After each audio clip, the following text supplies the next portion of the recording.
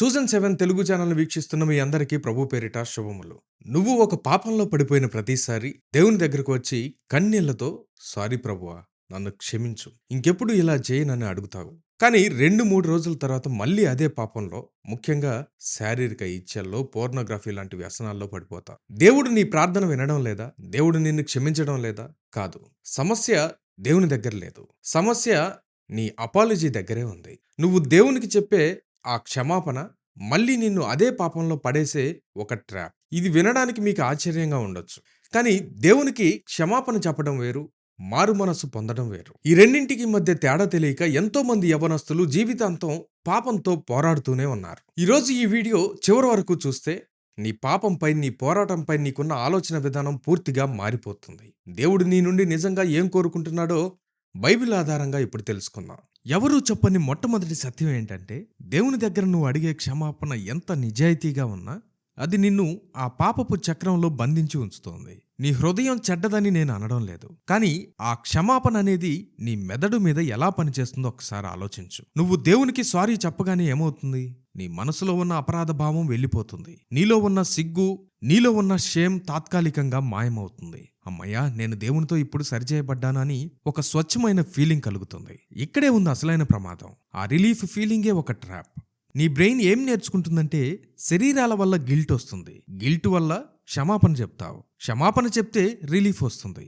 ఆ రిలీఫ్నే స్వేచ్ఛ అనుకుంటావు. అంటే నీ బ్రెయిన్ దీన్ని ఒక సైకిల్ లాగా రికార్డ్ చేసుకుంది. పాపం చెయ్యి, సారీ చెప్పు, రిలీఫ్ అవ్వు, మళ్ళీ రిపీట్ చేయి. పాత నిబంధనలోని న్యాయాధిపతుల గ్రంథంలో ఇశ్రాయేలీలకు సరిగ్గా ఇదే జరిగింది. వాళ్ళు పాపం చేశారు, శ్రమలు పడ్డారు, దేవునికి మొరపెట్టారు, దేవుడు వారిని క్షమించాడు. మళ్లీ పాపం చేశారు. వారు మొరపెట్టినప్పుడు నిజాయితీగానే ఏడ్చారు. కానీ మొరపెట్టడం వేరు, పాపం నుండి తిరిగి రావడం వేరు. వారు కేవలం ఎమోషనల్ సైకిల్ను పూర్తి చేశారు, కానీ స్పిరిచువల్ సైకిల్ని పూర్తి చేయలేదు. నేను చెప్తున్న మాటలు మీకు క్లియర్గా అర్థమవుతున్నాయా?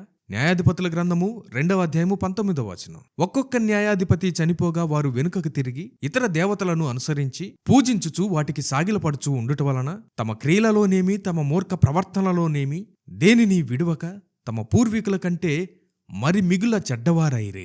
అంటే మారు మనస్సు లేని ప్రతి క్షమాపణ, జాగ్రత్తగా వింటున్నారా? మారు మనస్సు లేని ప్రతి క్షమాపణ నిన్ను ఆ పాపంలో ఇంతకు ముందు కంటే ఎక్కువ కంఫర్టబుల్ గా ఉండేలా చేస్తుంది. సారీ చెప్పడం అనేది పాపాన్ని రీసెట్ చేయటం కాదు, అది తర్వాతి పాపానికి ఒక రిహార్సల్ లాంటిది. మరి దేవుడు నీ క్షమాపణను, నీ అపాలజీని వినకపోతే ఆయన నీ నుండి ఏం కోరుతున్నాడు?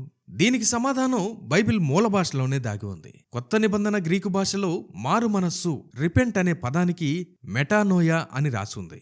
మెటానోయా అంటే క్షమాపణను ఫీల్ అవ్వడం కాదు, క్షమాపణ అడగడం కాదు. దానికి అసలైన అర్థం మైండ్ సెట్ ని పూర్తిగా మార్చుకోవడం, ఏ కంప్లీట్ చేంజ్ ఆఫ్ మైండ్. కేవలం నీ ఎమోషన్స్ ని కాదు, నీ ఐడెంటిటీ స్థాయిలోనే ఒక టర్న్ తీసుకోవడం. అలాగే పాత నిబంధన హీబ్రూ భాషలో దీనికి షూ అనే పదాన్ని వాడారు. షూ అంటే భౌతికంగా దిశను మార్చుకోవడం, టు ఫిజికల్లీ చేంజ్ డైరెక్షన్. అంటే పాపం వైపు వెళ్తున్నందుకు బాధపడడం కాదు, అటువైపు వెళ్లడం పూర్తిగా ఆపేయడం. ఇది దేవుడు కోరుకుంటుంది. అపాలజీ అంటే, క్షమాపణ అంటే నువ్వు చేసిన పనికి చూపే ఎమోషనల్ రెస్పాన్స్.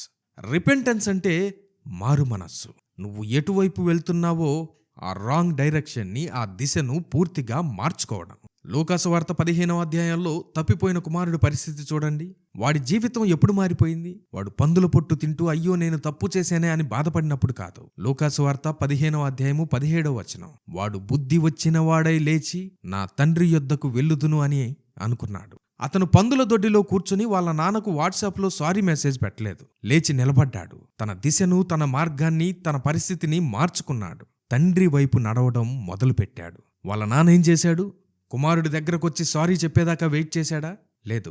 కొడుకు యూటర్న్ తీసుకుని రావడం దూరం నుండే చూసి పరిగెత్తుకుంటూ వెళ్లి వాడిని కౌగిలించుకున్నాడు. అతను సారీ చెప్పకముందే తండ్రి అతన్ని ముద్దు పెట్టుకున్నాడు. ఎందుకంటే తండ్రి అతని మాటల కోసం వెయిట్ చేయలేదు, అతని యాక్షన్ కోసం ఎదురు చూశాడు. అతను టర్న్ తీసుకోవటం కోసం ఎదురు చూశాడు. అతను తన దిశను మార్చుకుని తిరిగి తన తండ్రి దగ్గరకు వస్తాడని ఎదురు చూశాడు. దేవుడు కూడా నీ లక్షల క్షమాపణల కోసం వెయిట్ చేయడం లేదు. నీ అపరాధ భావం నుండి నీకు రిలీఫ్ ఇచ్చే బదులు నీ ఐడెంటిటీని, నీ వ్యక్తిత్వాన్ని పూర్తిగా మార్చేయాలని ఆయన చూస్తున్నాడు. మీకు అర్థమవుతుందా? మనం చెప్పే సారీ కోసం ఆయన ఎదురు చూడటం లేదు. మనం క్షమాపణ అడుగుతామని ఆయన ఎదురు చూడటం లేదు. ఆయన వైపు పూర్తిగా తిరుగుతామని ఎదురు చూస్తున్నాడు. కానీ ఇక్కడే అసలు సమస్య ఉంది. మారు మనస్సు అంటే యూటర్న్ అని నీకు అర్థమైంది కదా. కానీ పాత కారును నడుపుతూ దానికి కొత్త డైరెక్షన్ ఇవ్వలేవు. నీకు కావాల్సింది కొత్త డైరెక్షన్ కాదు, కొత్త ఐడెంటిటీ. నువ్వేం చేస్తున్నావో మార్చుకోవాలని నువ్వు ట్రై చేస్తున్నావు. కానీ దేవుడు నువ్వు ఏమై ఉన్నావో మార్చాలని ట్రై చేస్తున్నాడు. న్యాయాధిపతుల గ్రంథము 6వ అధ్యాయంలో గిద్యోనును చూడండి. గిద్యోను శత్రువులకు భయపడి ఒక గానుగ చాటును దాక్కొని గోధుమలు దులుపుకుంటున్నాడు. అప్పుడు యెహోవా దూత ప్రత్యక్షమై ఏమన్నాడో తెలుసా? పరాక్రమము గల బలాఢ్యుడా, యెహోవా నీకు తోడై ఉన్నాడు అన్నాడు. గిద్యోను చూడడానికి బలాఢ్యుల్లా లేడు, భయంతో దాక్కున్నాడు. వాళ్ళ వంశం చాలా చిన్నది. కాని దేవుడు అతను ఏం చేస్తున్నాడో దాన్ని బట్టి పిలవలేదు. దేవుని దృష్టిలో అతను ఏమై ఉన్నాడో ఆ పేరుతో పిలిచాడు. ఎప్పుడైతే గిద్యోను ఆ కొత్త ఐడెంటిటీని నమ్మాడో అతని జీవితమే మారిపోయింది. నువ్వు కూడా నీ పాపాన్ని ఎలా జయించాలో తెలుసా? నీ విల్ పవర్తో కాదు, దేవుని వాక్యంతో, దేవుని శక్తితో, దేవుని సహాయంతో. రోమీలకు రాసిన పత్రిక 6వ అధ్యాయము 11వ వచనము. అటువలే మీరును పాపము విషయమై మృతులుగాను, దేవుని విషయమై క్రీస్తు యేసునందు సజీవులుగాను మిమ్మును మీరే ఎంచుకొనడి. Count yourselves dead to sin. పాపం పట్ల చనిపోయినట్లుగా ఫీల్ అవ్వమని పౌలు చెప్పడం లేదు. అది అప్పటికే జరిగిపోయిన సత్యంగా నమ్మమని పౌలు గారు చెప్తున్నారు. నేనెప్పుడు కామంతో పడిపోయే ఒక బలహీనుణ్ణి, కానీ ఆ పాపాన్ని ఆపడానికి ట్రై చేస్తున్నాను అనే ఐడెంటిటీతో నువ్వు యుద్ధం చేస్తే జీవితాంతం ఓడిపోతూనే ఉంటావు. నీ ప్రతి క్షమాపణ ఆ పాత ఐడెంటిటీనే బలపరుస్తుంది. కానీ నేను క్రీస్తులో అప్పటికే నూతన సృష్టిని, ఈ పాపం నన్ను మోసం చేయడానికి ట్రై చేస్తున్న ఒక అబద్ధం మాత్రమే అనే ఐడెంటిటీతో నువ్వు ఫైట్ చేస్తే నీకు విజయం ఖాయం. కొరింథీయులకు రాసిన 2వ పత్రిక 5వ అధ్యాయము 17వ వచనం. ఎవడైనను క్రీస్తునందున్న ఎడల వాడు నూతన సృష్టి, పాతవి గతించెను, ఇదిగో క్రొత్తవాయెను. రాబోతుంది అని కాదు, నువ్వు పాపం ఆపేసిన తర్వాత కొత్త సృష్టివి అవుతావు అని కాదు. క్రీస్తుని నమ్మినప్పుడే నువ్వు ఒక కొత్త సృష్టివి అయిపోయావు. ఆ ఐడెంటిటీ అప్పటికే కన్ఫర్మ్ అయిపోయింది. నువ్వు ఆ కొత్త ఐడెంటిటీలో బ్రతుకుతున్నావా లేదా అనేదే అసలు ప్రశ్న. సో నీ అపాలజీ నిన్ను ఆ పాత ఐడెంటిటీతోనే బంధించింది. కానీ మారు మనస్సు నిన్ను కొత్త ఐడెంటిటీ వైపు నడిపిస్తుంది.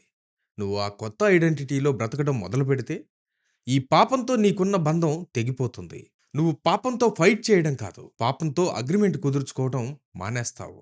దేవుడు నీ నుండి కోరుకుంటున్నది ఇదే. క్షమించు ప్రభువా అని ఏడవడం కాదు, పూర్తిగా టర్న్ తీసుకోవడం. ఆ టర్న్ అంటే కేవలం ప్రవర్తన మార్చుకోవడం కాదు, నీ వ్యక్తిత్వాన్ని పూర్తిగా మార్చుకోవడం. క్షమించు ప్రభువా అని చెప్పడం మామూలు విషయమే, కానీ మారు మనస్సు పొందడం మొదలు పెట్టాలి. నువ్వు ఏం చేస్తున్నావో దాన్ని మార్చాలని ట్రై చేయడం ఆపు.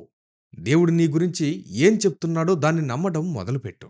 ప్రభువా నేను పాపంలో పడిపోయాను, నన్ను క్షమించు అని ప్రార్థన చేయకు. దానికి బదులు ప్రభువా నా ఐడెంటిటీని ఎంతలా మారుస్తావంటే ఈ శరీర ఆశలు నాలో ఎక్కడా అతుక్కోవడానికి చోటు లేకుండా చేయని వేడుకోవాలి. నాలో ఉన్న నూతన సృష్టి ఎంత బలంగా మారాలంటే నాలోని పాత స్వభావం పూర్తిగా చనిపోవాలి అని ప్రార్థన చేయి. సారీ చెప్పి పక్కకి వెళ్ళిపోవటం కాదు, జీవితాన్ని మార్చుకోవాలి. ఈ వీడియో ఖచ్చితంగా నీకోసమే దేవుడు ఏర్పాటు చేశాడు. ఈ వీడియో నీ ఆలోచన విధానాన్ని మార్చుంటే కామెంట్లో నా పాత స్వభావం చనిపోయిందని కామెంట్ చేయండి.